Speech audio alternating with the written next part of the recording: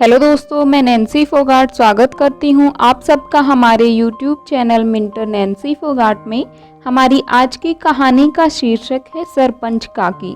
तो चलिए शुरू करते हैं आज की कहानी। आज जब बूढ़ी अम्मा का शव आंगन में लेटा देखा, दिल में अजीब सी बेचैनी उमड़ पड़ी। मैं समझ नहीं पा रही मैं खुश ज्यादा हूँ या दुखी। इनसे मेरा खून का रिश्ता नहीं बल्कि दिल का रिश्ता है। मेरा नाम नैन्सी इन्होंने ही रखा था, पर मुझे हमेशा नानू कहकर ही बुलाती थी।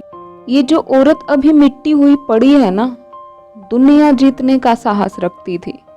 उस जमाने में जब औरतों को पर्दे में रखने का चलन था, न केवल ये इकलौती महिला थी जो मर्दों की सभा में अपनी बात कहने का साहस रखती थी, बल्कि अपने बूते पर मेरे गांव की सरपंच भी रही थी। और बस इसीलिए सब इनको सरपंच काकी कहकर बुलाते हैं।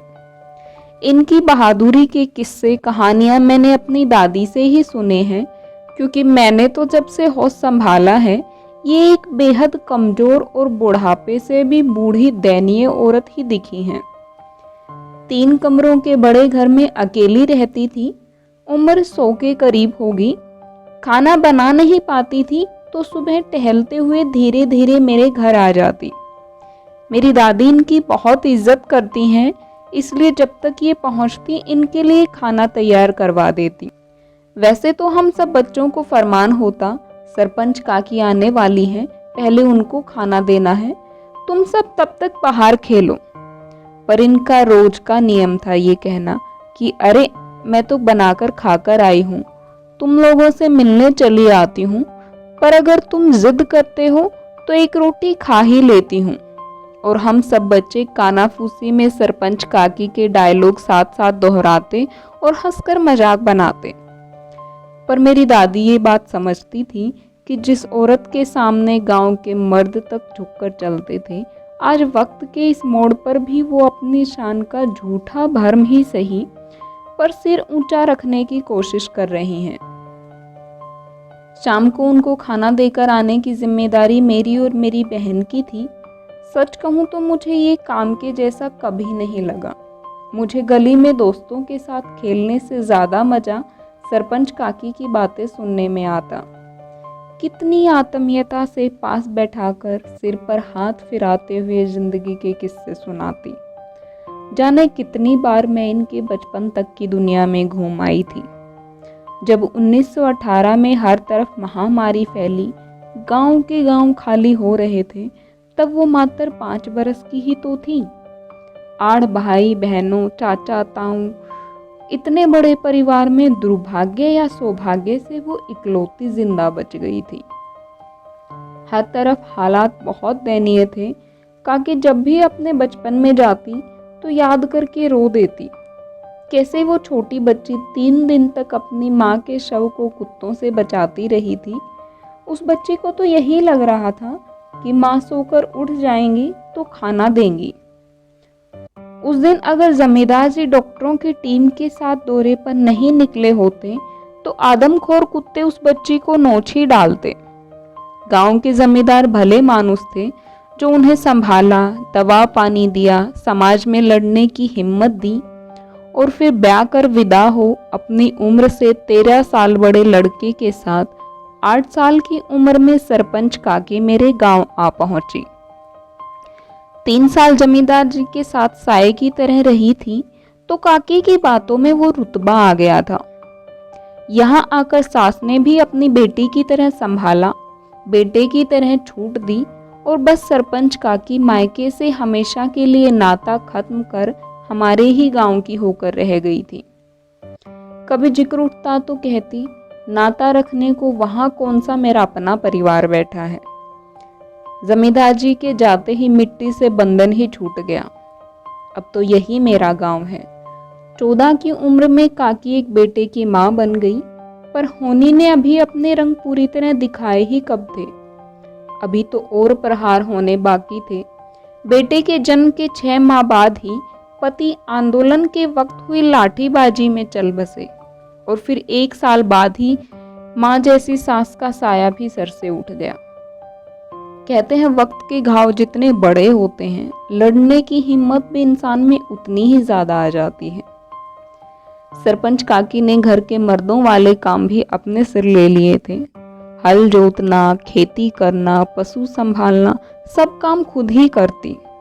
खुददार और बहादुर इतनी कि मजाल किसी की बुरी नीयत का साया भी खुद पर पड़ने देती।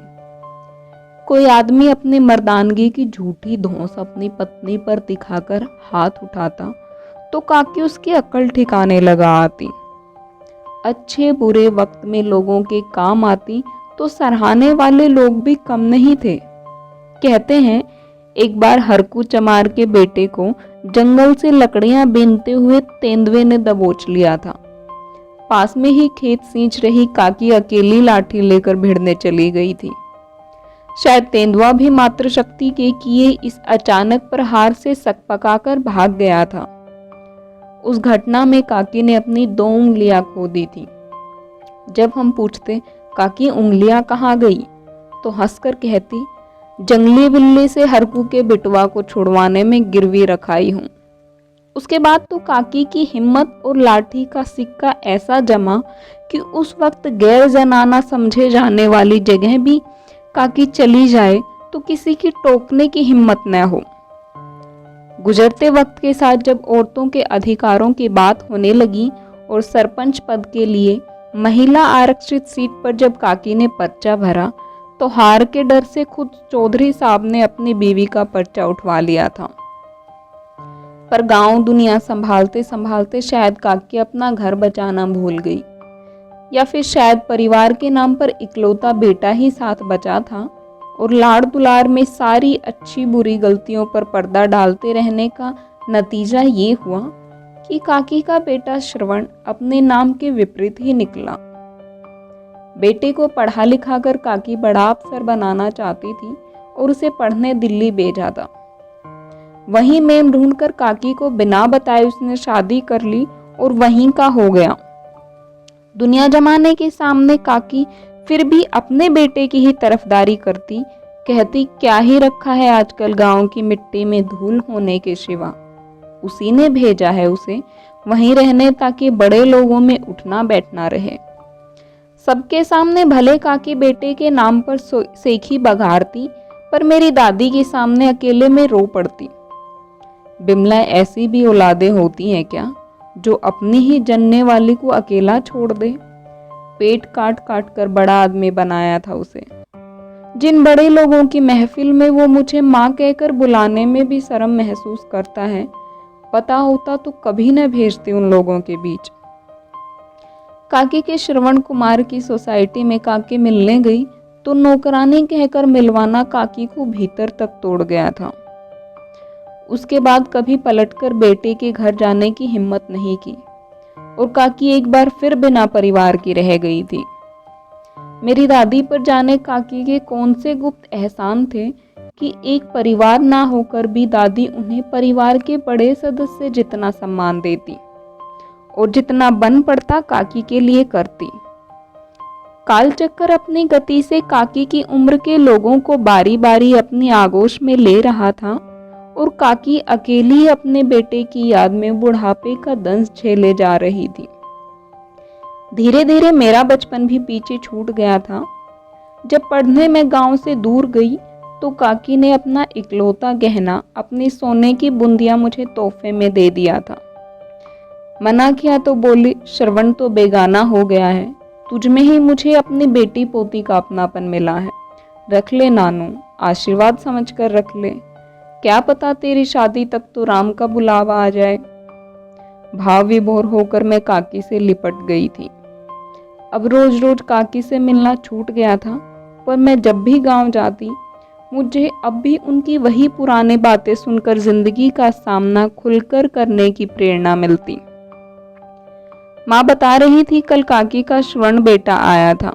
अपनी माँ से पूछ रहा था अकेले रहने में दिक्कत हो रही होगी इस उम्र में माँ।